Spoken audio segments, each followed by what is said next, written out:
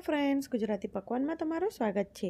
આજે આપણે બનાવીશું એકદમ સ્વાદિષ્ટ પાણીપુરી ફ્લેવરના સેવ મમરા। જો તમે ક્યારેય પણ આ રીતે પાણીપુરી ફ્લેવરના સેવ મમરા ના બનાવ્યા હોય તો એક વખત આ રીતે પાણીપુરી ફ્લેવરના સેવ મમરા જરૂરથી બનાવજો। આ સેવ મમરા સ્વાદમાં થોડા તીખા અને ચટપટા લાગે છે। ફ્રેન્ડ્સ, તમને મારી રેસીપી ગમે છે અને હજી સુધી મારી ચેનલને સબસ્ક્રાઇબ નથી કરી તો પહેલાં સબસ્ક્રાઇબ કરો।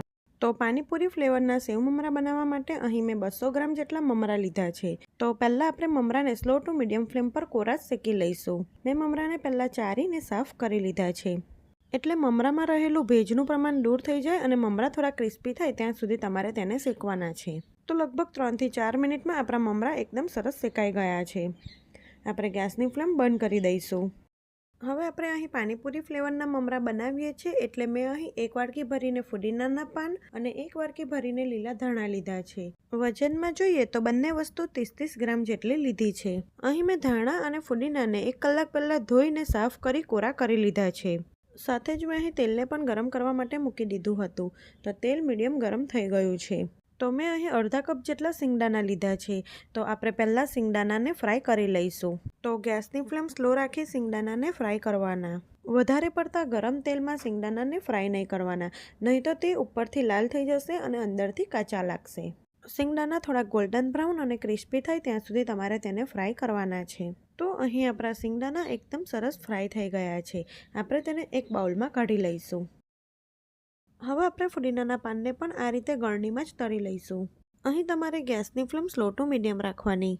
ફુદીનાના પાન થોડા ક્રિસ્પી થાય ત્યાં સુધી તમારે તેને તળવાના છે, અને ફુદીનાના પાનને તળતી વખતે આ રીતે ચમચીની મદદથી ઉપર નીચે કરવાના, એટલે તે બધા જ એકદમ સરસ ફ્રાય થાય। અહીં તમે ફુદીનાના પાન અને ધાણાને તડકામાં સૂકવી તેનો પાવડર કરીને પણ ઉમેરી શકો છો, પણ તેમાં થોડોક વધારે સમય લાગે છે।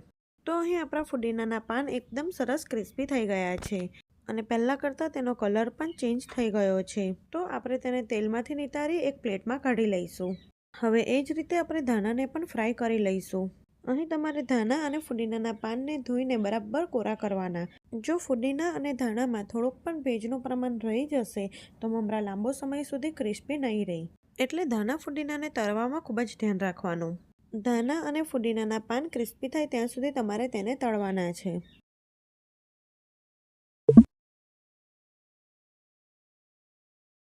તો અહીં આપણા ધાણા એકદમ સરસ ક્રિસ્પી થઈ ગયા છે। તો આપણે તેને એક પ્લેટમાં કાઢી લઈશું। પછી મેં અહીં 2 થી 3 નંગ જેટલા લીલા મરચાંને કટ કરી લીધા છે। તો લીલા મરચાં પણ ક્રિસ્પી થાય ત્યાં સુધી આપણે તેને તળી લેવાના છે। અહીં આપણે લાલ મરચાંનો ઉપયોગ નથી કરવાના, એટલે મેં અહીં તીખા મરચાં લીધા છે। તો અહીં આપણા મરચાં એકદમ સરસ ફ્રાય થઈ ગયા છે।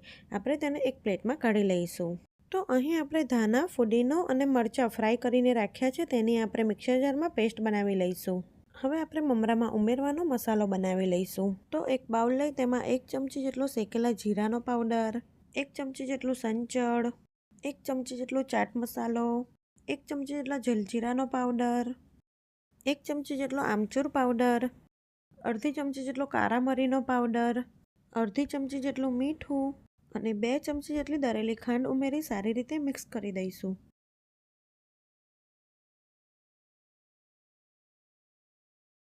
તો અહીં આપણો ચટપટો મસાલો બની ગયો છે। તો અહીં ધાણા, ફુદીના અને મરચાંની એકદમ સરસ બારીક સ્મૂથ પેસ્ટ બની ગઈ છે, પણ આટલા તેલમાં મમરા કોટ નહીં થાય। તો એક વઘારિયામાં 2 મોટી ચમચી જેટલું તેલ ગરમ કરવા મૂકીશું। તેલ ગરમ થાય એટલે આપણે તેમાં અડધી ચમચી જેટલી હળદર નાખીશું, અને સાથે જ જે ફુદીના અને ધાણાની પેસ્ટ બનાવીને રાખી છે તે ઉમેરી દઈશું। અહીં તમારે ગેસની ફ્લેમ એકદમ સ્લો રાખવાની, અને પેસ્ટને 1 મિનિટ માટે સાતરી લઈશું। તો અહીં આપણી પેસ્ટ તેલમાં શેકાઈને એકદમ સારી રીતે ફૂલી ગઈ છે। તો હવે ગેસની ફ્લેમ બંધ કરી દઈશું અને તરત જ આ પેસ્ટને મમરામાં ઉમેરી દઈશું। સાથે બનાવેલો મસાલો પણ ઉમેરી દઈએ। હવે તવેથાની મદદથી બધો જ મસાલો મમરામાં સારી રીતે કોટ થઈ જાય તે રીતે મિક્સ કરી લઈએ। આ પાણીપુરી ફ્લેવરના મમરા એક વખત બનાવશો તો ઘરના બાળકોથી લઈ મોટાઓને બધાને ખૂબ જ ભાવશે, અને વારંવાર પાણીપુરી ફ્લેવરના મમરા બનાવવાનું કહેશે। તો તમે ક્યારેય પણ આ રીતે પાણીપુરી ફ્લેવરના સેવ મમરા ના બનાવ્યા હોય તો એક વખત જરૂરથી ટ્રાય કરજો, તે ટેસ્ટમાં ખૂબ જ સરસ લાગે છે। તો અહીં મમરા એકદમ સારી રીતે મસાલાથી કોટ થઈ ગયા છે। સાથે જ મેં અહીં 100 ગ્રામ જેટલી મોળી ઝીણી સેવ લીધી છે, તો તે ઉમેરીશું. તેમાં અડધા કપ જેટલા શેંગદાણાને ફ્રાય કરીને રાખ્યા છે તે ઉમેરી દઈશું. અહીં તમારે મમરા જેટલા લીધા હોય તેનાથી અડધી સેવ લેવાની. હવે બધું સારી રીતે મિક્સ કરી દઈએ. તો એકદમ સ્વાદિષ્ટ ચટપટા પાણીપુરી ફ્લેવરના સેવ મમરા બનીને બિલકુલ તૈયાર છે. આ મમરાને તમે એરટાઇટ ડબ્બામાં ભરી 15થી 20 દિવસ સુધી સારા રાખી શકો છો. જો તમને મારી રેસીપી ગમતી હોય તો આવી જ બીજી નવી રેસીપી જોવા માટે મારી ચેનલને સબસ્ક્રાઈબ કરજો. ફરી મળીશું એક નવી રેસીપી સાથે. ત્યાં સુધી બાય બાય.